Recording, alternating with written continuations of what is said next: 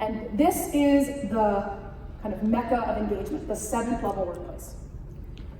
The 7th level, literate thinking, when your personal values and beliefs align with the message. When your employees understand what you stand for, what your identity is, what your sense of purpose is, and when you can connect with them from that place. Not necessarily just sell shoes, but be able to create a workplace that is meaningful for them. So how do we accomplish this?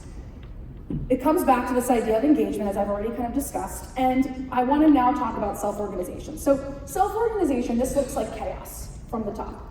But in reality, it's actually very similar to nature in the way that it's from the bottom up in terms of organization. So in this looks like chaos as well, but each bee has their own role in being able to create and accomplish a goal. Ants as well self-organize. There's also a great TED talk about trees and how they all talk to each other through the roots. It's a self-organized process, and it's from the bottom up. So self-organization in business is a little bit different than bees and ants because we're humans. So we're going to have different challenges in implementing this within our workplaces. But there's a lot of companies that are already doing self-organization. So does anyone know Morningstar? Give me like a yes, a nod. Morningstar, breakfast foods, cool. So very successful company. They've been doing self-organization for quite some time. And the executive from the Self-Organization Morningstar Institute was interviewed on stage. And the interviewer said, so there's no managers? Like, essentially, so it's complete chaos? And he said, no, everyone's a manager.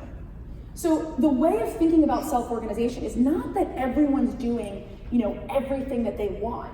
It's that everyone is empowered to know their role within this larger entity, which is your own company.